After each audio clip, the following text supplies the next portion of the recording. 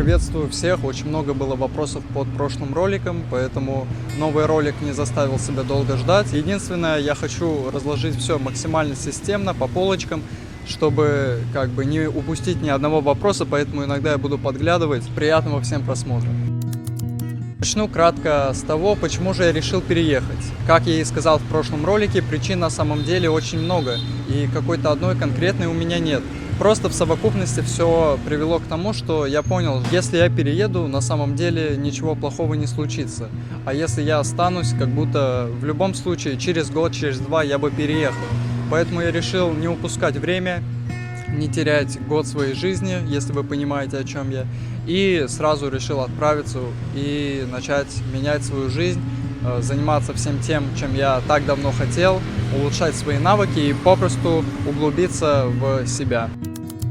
Были ли у меня какие-либо страхи? У меня не было никаких страхов, и я без понятия, почему так, потому что на самом деле, как бы я ни говорил о том, что это все легко для меня, я понимаю, это чуть ли не последняя стадия выхода из зоны комфорта, потому что здесь его и быть не может. Я один в другой стране, у меня нет стабильного дохода, то есть у меня в целом сейчас никакой стабильности в жизни нет, помимо моих соцсетей и моей рутины, которую я сам выстраиваю, и спорта, конечно. У меня ограниченный запас денег. В общем, все это подталкивает к тому, что у нормального человека должна быть тревога, сомнения и так далее, но я с ними совершенно не столкнулся. Я думаю, что причина заключается в том, что я понимаю, для чего я совершил этот переезд, я понимаю, к чему он может меня привести, и я осознаю все риски, осознаю самый худший исход, который может случиться у меня здесь. И знаете, он меня не пугает. Почему я об этом говорю? Потому что я в целом не имею каких-то больших требований к своей жизни, у меня нет высоких запросов на комфорт, я не из богатой семьи какой-то, поэтому я в целом могу и попросту жить в каких-то максимально простых условиях. И представим даже то, что каким-то образом я останусь без денег, у меня не будет ни одного клиента с моими навыками, с моими соцсетями. И что я буду делать? Друзья, никогда не поздно вернуться назад. При самом худшем исходе, когда у тебя денег не будет, всегда можешь вернуться назад. Поэтому я не переживаю, я не боюсь, я уверен в себе, в своих навыках и не сомневаюсь. Потому что я не имею какого-то высокого ожидания, я попросту готов к худшему, но я делаю все, чтобы не допустить вот этого худшего сценария. Я очень много работаю, у меня нет проблем с финансовой грамотностью, у меня есть подушка безопасности, у меня четко разделен бюджет.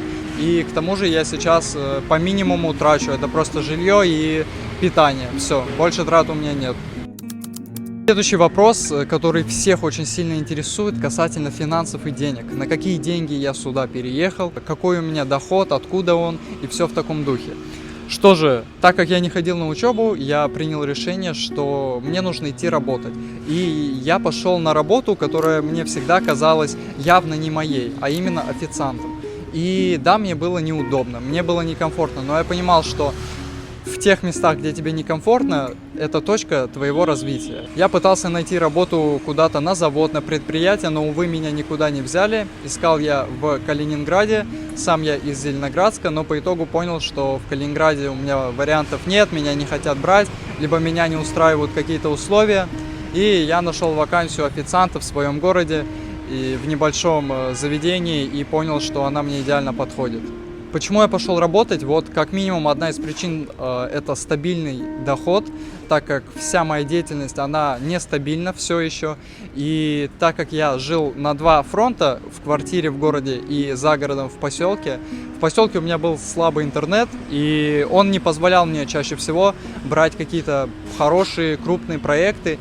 Но что уж говорить, если даже мои маленькие какие-то заказики я не мог выполнять, и я с трудом выгружал свои ролики в соцсети, я с трудом в целом заходил в соцсети, и я на это не жаловался, я попросту принимал все эти условия, был благодарен, что у меня есть хотя бы какой-то интернет, хотя бы какая-то скорость, но это я к тому, что это меня ограничивало для развития моего на фрилансе, поэтому я решил, что рисковать не буду, терять время не буду, пойду лучше на стабильную работу, что я и сделал.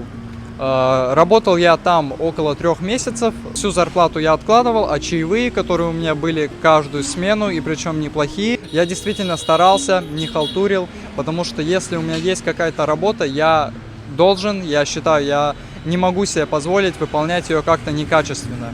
Я всегда выкладываюсь на все 100, их капало немало, в районе 15 тысяч, наверное, в месяц.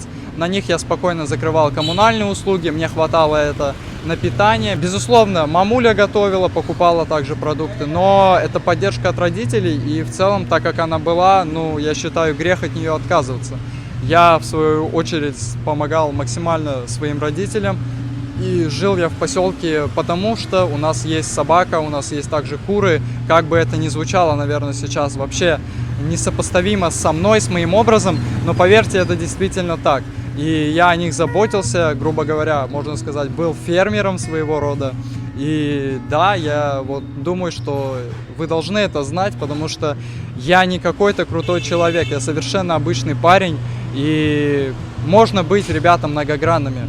То есть вы смотрите, у вас ожидания какие-то складываются, какой-то образ, но поверьте, на самом деле мы все простые люди. Я не хочу казаться каким-то очень-очень искренним, но это действительно так, и зачем мне это скрывать, если это только играет мне на мою пользу, так как развеет все ваши мифы, всех тех, кто меня засирает, сомневается. Я хочу также отметить, что я по жизни очень незатратный человек. Да, как бы вам ни казалось, что я вроде одеваюсь как-то, вроде выгляжу как-то, но поверьте, это просто все иллюзия. У меня еще с ранних времен есть привычка откладывать деньги, инвестировать. У меня с первой моей работы, где я работал года 2 назад, в 15 вроде лет, я работал администратором в джелатерии. У меня был очень неплохой там доход за счет летнего сезона. 3 месяца я поработал и смог накопить себе в районе 200 тысяч. Потратил в районе 100 тысяч, и 100 тысяч я попросту инвестировал в криптовалюту, держал в тонкоине, держал это также какую-то часть из этих денег на счетах, но не под вклад, не вклад под проценты, а попросту копилки. И мне многие говорили, чтобы я инвестировал именно под вклад, но не знаю, меня устраивали проценты, которые были порой достаточно неплохими у меня в банке, в моей копилке. То есть оттуда я мог в любой момент выводить деньги, но при этом я получал процент по остатку. Поэтому я этим пользовался и не рисковал. Так как ты не знаешь, что может случиться в жизни, деньги могут понадобиться, поэтому я держал все время в накопительном счету, в обычной копилке. Процент там все время разный, был максимальный 15 у меня в Тинькофф, сейчас, по-моему, 9. То есть он уменьшается, но это не удивительно. Поэтому за счет накоплений, за счет дохода, за счет небольшого дохода с фриланса, который у меня есть, я понимал то, что мне уверенно можно переезжать, как бы я не буду даже первое время как-то скитаться, у меня не будет никаких проблем. И даже сейчас у меня есть, по сути, неплохой объем денег на то, чтобы здесь, во Вьетнаме, где дешевые цены, как-то жить, наслаждаться, путешествовать, каждый день ходить на море, попивать кокосик, но... Нет, друзья, мне этого не хочется, мне хочется работать, у меня есть мои цели, у меня нет определенной какой-то цели, вот как бы я порой не говорил о том, что у меня есть цель, моя цель заключается в том, чтобы просто к чему-то идти, и как бы это странно ни звучало, это вот так. Я думаю, со временем надо реализовывать, даже при том всем, что я могу не путешествовать, я могу не ходить на море, могу не тратить на жизнь так много денег, но зачем мне от этого отказываться, согласитесь? Я стремлюсь к повышению уровня комфорта, но постепенно, шаг за шагом. Я хочу привести сюда своих родителей, показать им эту страну, провести с ними время, сделать все, чтобы они как можно меньше работали, и хочу с ними проводить по большей части время, хочу с ними путешествовать. У меня у самого нет грандиозных каких-то желаний по типу Mercedes, Lamborghini и так далее. Это все не про меня, и я даже не знаю почему. Все это материальное мне самому лично не нужно, вернее надо, но не настолько крутое и дорогое. Мне достаточно купить себе камеру, посильнее железо в виде компьютера либо ноутбука, и я уже буду очень доволен. Я наслаждаюсь в жизни тем, что имею стремление к чему-то, и я восхищаюсь, как много сфер есть в нашей жизни, сколько навыков можно освоить. И я хочу я понимаю, что даже за всю свою жизнь я не смогу это сделать. Я не говорю о языках, я не говорю о спорте. Столько разнообразий есть в нашей жизни, и, понимаете, хочется все успеть. Я понимаю, вряд ли я успею, но я делаю все, чтобы это успеть. Как минимум, в свои 18 лет я уже побывал один в 3 странах, и сейчас переехал один в другую страну. И кто бы что ни говорил, дешевая страна, не дешевая. Если она дешевая, возьмите и повторите мой трюк, возьмите и повторите мой мув. В чем проблема? Многие говорят, что здесь дешево. Так приедьте сюда и живите, раз тут так дешево. Вам нужен какой-то доход. И к тому же я отмечу, что я не собираюсь здесь задерживаться. Я не собираюсь привыкать к этому образу жизни с дешевыми ценами. Я собираюсь сам потом повышать себе комфорт, тратить больше денег, переезжать, путешествовать еще куда-то, потому что, друзья, мир огромен, и у меня уже сейчас есть планы, куда бы я хотел полететь. И это не последняя точка, понимаете? Реакция моих родителей. Скажу сразу, что к какой-то договоренности мы пришли далеко не сразу, потому что первое время у них был шок, возможно, стадия принятия вот этого вот всего. Начался наш разговор с того, что я не собираюсь продолжать учиться. Это было в декабре, то есть я 2 месяца ждал возвращения своего отца домой, чтобы с ним поговорить. С мамой я поговорил. Она, конечно, первое время тоже была против, говорила, давай будешь просто числиться, давай просто будем все оплачивать, давай на заочку переведемся, давай возьмем академ и так далее. Но, понимаете, даже все эти варианты, к чему они? Зачем мне платить деньги за учебу, которая мне не нужна, за диплом, который мне совершенно не нужен, ради обычной галочки? Мои родители думают, что все дело в деньгах. Они изначально говорили о том, что они будут мне оплачивать учебу, но я не дал им этого сделать. И я безумно благодарен за это. Но я понимал, что мне это не нужно. Я не хочу, чтобы мои родители тратили деньги впустую на какую-то бумажку, которая даже не ценится ни в одной другой стране. Вот в чем дело. То есть, понимаете, мои родители настолько пытались найти какие-то оправдания, какие-то пути, чтобы я числился, просто заносил деньги в университет. Все, лишь бы я просто получил в конце диплом. При всех рисках, при всем том, что я им объяснял, что этот диплом ничего не дал, что это дорого, что я лучше буду учиться в другой стране, они боялись, переживали. И это лишь говорит о том, насколько сильно в них заложено какое-то общественное мнение, то самое СССРовское. И я их не осуждаю, я их понимал, я понимал, с какими они сталкиваются страхами, когда со мной об этом говорят, когда представляют то, как их сын будет без диплома. Но мои родители всю жизнь мне доверяли, за что я им благодарен. Но и доверяли они мне не просто так, я заслужил все это доверие, и все еще я его сохраняю. По итогу я пообещал, я действительно буду учиться, и сейчас здесь я занимаюсь английским, улучшаю свой уровень английского, параллельно зарабатываю деньги, и со временем я собираюсь куда-то поступить. Да, вот как-то так, потому что я готов попробовать.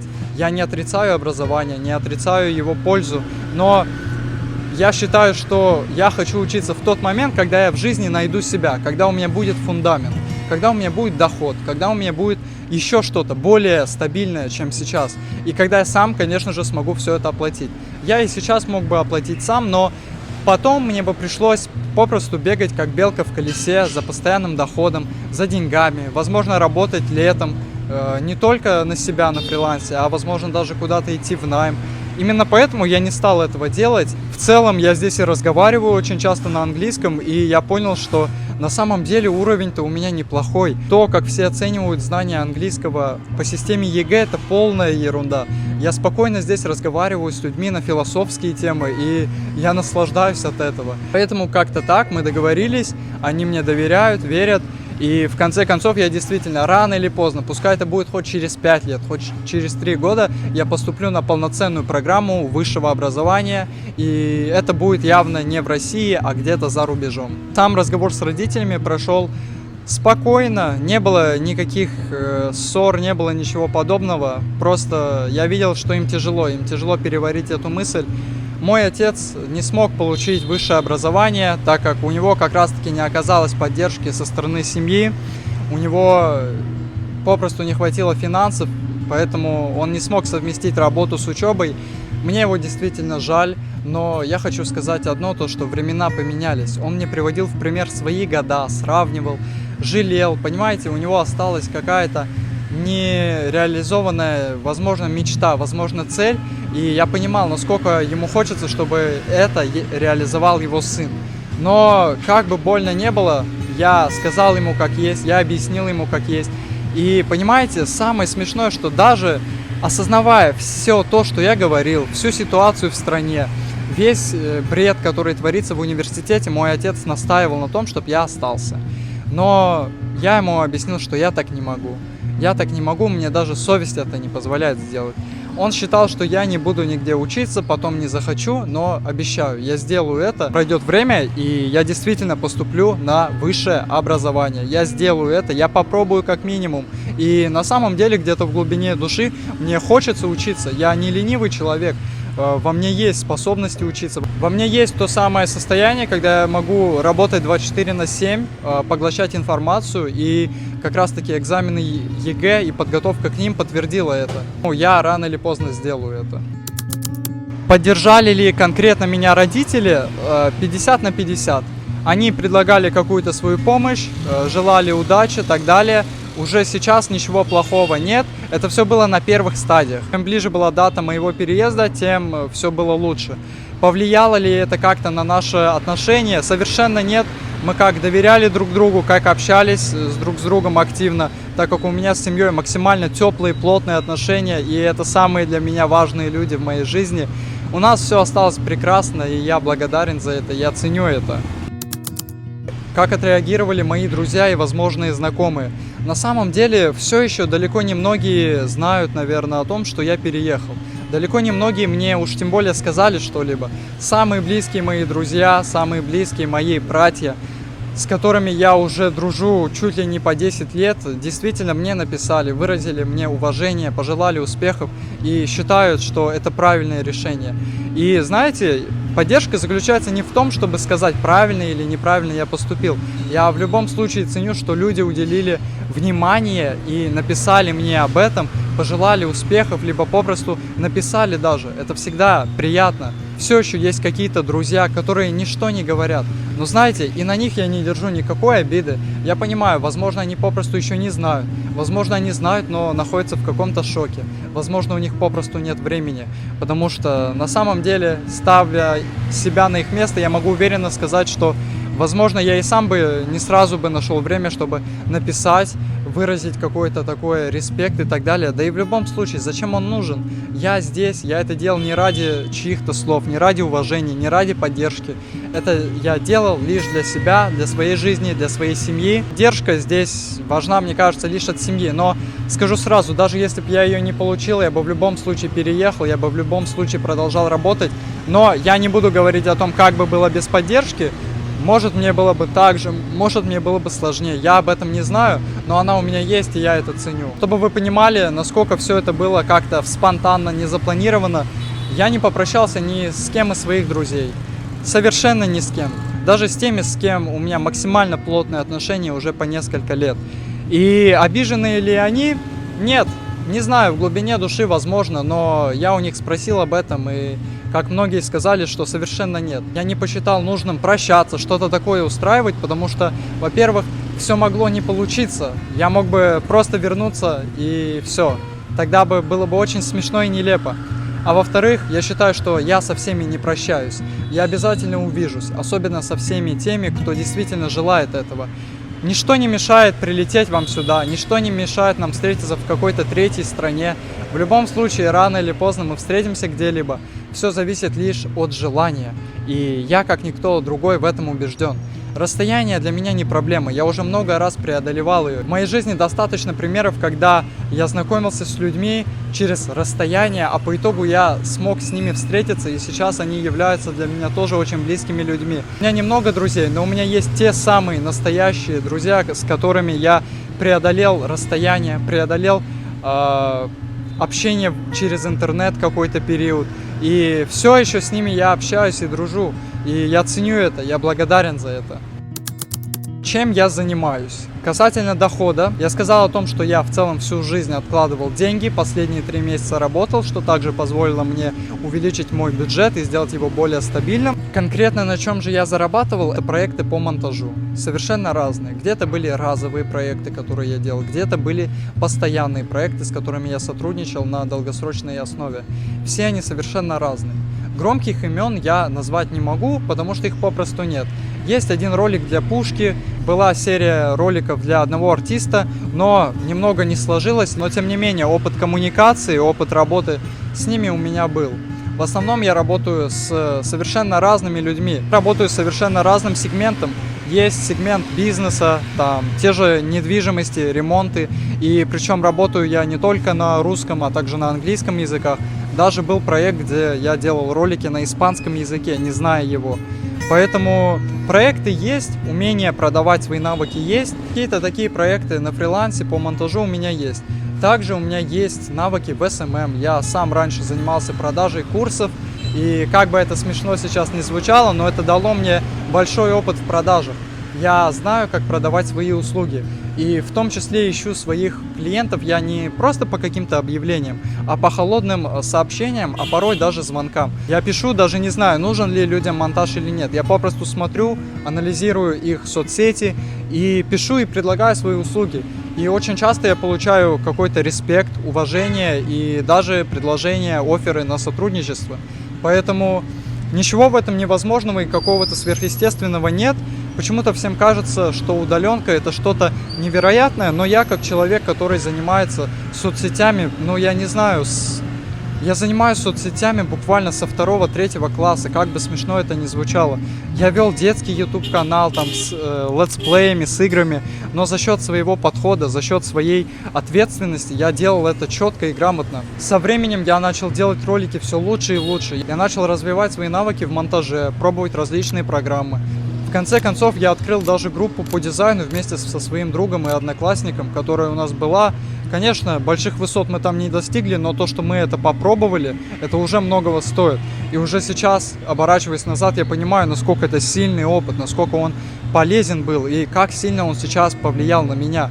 Я вел также TikTok, я вел Instagram. Все это было на разные сферы, на разные направления. И везде я поглощал информацию, развивал свою насмотренность. Я развивал попросту свой опыт, и сейчас он мне действительно помогает. Я просто всегда этим занимался, был в это углублен. Я оказался на правильной стороне интернета и пользовался своим свободным временем правильно. Несмотря на то, что мои родители большую часть времени проводили на работе, а я был все это время дома. Касательно SMM, есть у меня также несколько проектов. Я веду аккаунты других людей и небольших каких-то, скажем так, брендами я бы не назвал, каких-то предприятий. Там тоже ничего сверхъестественного нет. Публикация сторис, публикация их постов и роликов. Ничего сложного. Работа с текстами тоже ничего сложного. Как бы копирайтинг это максимально простая для меня вещь. Потому что всю жизнь писал описания, всю жизнь писал какие-то текста, какие-то небольшие гайды, туториалы. И для меня это не является чем-то сложным. Какие у меня планы? По планам я сейчас просто активно работаю и большего мне и не хочется. Я хочу развивать свои соцсети, я хочу развивать свои навыки, искать те проекты, которые действительно мне интересны. Параллельно у меня есть также проекты, которые я сам делаю и веду. Они тоже в медийке, в инфополе, в любом случае. Не буду же я здесь открывать какой-то бизнес, хотя вообще идея неплохая. Собственно, я имею планы, имею цели. Опять же, как я и говорил, в нашей жизни так много всего, столько сфер, столько занятий, которыми можно начать заниматься. Мне действительно хочется себя попробовать во всем. Я такой многогранный человек, что мне сложно себя загнать в какие-то рамки и заниматься чем-то одним. Поэтому я сейчас намерен пробовать, использовать это время. Вы представьте, у меня впереди 3 года. Все мои однокурсники сейчас на 1 курсе, а я, грубо говоря, тоже на 1 курсе, но я уже за месяц сделал намного больше, чем я сделал за полгода. Я говорю не о деньгах, я говорю о действиях. Что же, будем подводить итоги. Мой переезд, он не заключается в том, чтобы сменить одну зону комфорта на другую. И не для того, чтобы наслаждаться своей жизнью на все 100, путешествовать, ходить на какие-то места туристические, на море каждый день ходить. Далеко не в этом. Я не спорю, пройдет время, я начну это делать и начну, возможно, более активно делать. Но сейчас уже почти 3 недели я здесь, и за все это время у меня даже желания не было, потому что я настолько воодушевляюсь, наслаждаюсь процессом, наслаждаюсь работой, что мне не хочется. Мне хочется развиваться, искать себя, пробовать себя, и я это делаю. И со временем, я знаю, у меня появится душа. По пути сюда я побывал в 2 странах, поэтому, поверьте, путешествовать я буду, останавливаться я не собираюсь, потолка в нашей жизни нет. Потолка в нашей жизни нет, и я, как никто другой, об этом знаю.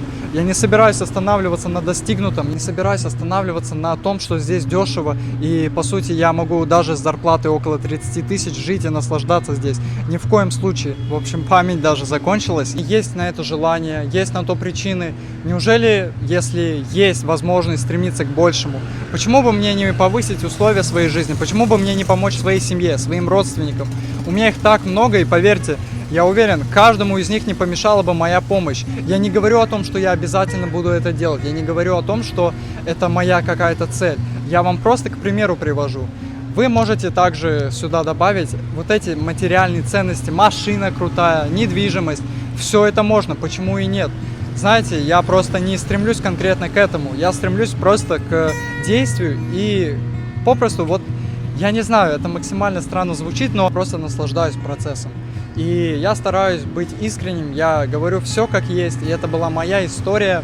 Не знаю, понравится ли вам она, но я рассказал все как есть, максимально искренне, без успешного успеха, потому что совершенно обычная история, вы сами это поняли. Я еще прикреплю сюда очень много файлов. Для меня это счастье, иметь условия для того, чтобы развиваться, искать себя. И кто-то скажет, что я могу отупеть и так далее, но поверьте, информацию усваивают не только в университете, не только в школе.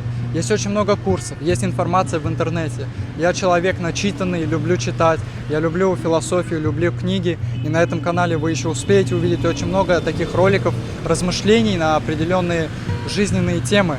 Поэтому это моя история, это мой дневник. Я хочу это сохранить, архивировать для себя и делиться этим с вами, чтобы вы все знали, что нет ничего в жизни невозможного, что есть настоящие люди, есть искренние люди, и все еще все возможно. Главное, действуйте, но самое-самое главное, оставайтесь в любых ситуациях людьми, не теряйте себя, не дайте деньгам, еще чему-то сломать себя.